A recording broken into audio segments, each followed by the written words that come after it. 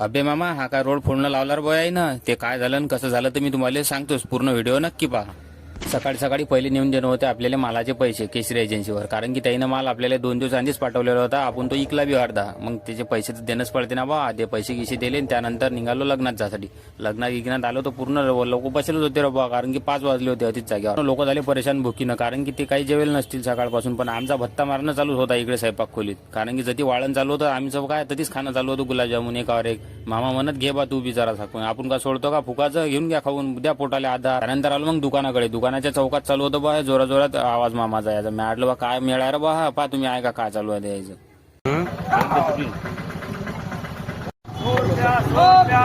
त्याचं कारण असं म्हणजे की आधी चालू होती इकडनं 100 रुपयाची चप्पल. मग आमच्या मामा म्हणत बा आपल्याला चल चप्पल घ्यायची. घेतली बा मग चप्पल. भेटू पुढच्या ब्लॉग मध्ये. तोपर्यंत लोक वाजव मामा. मौका मिलेगा तो हम बता देंगे.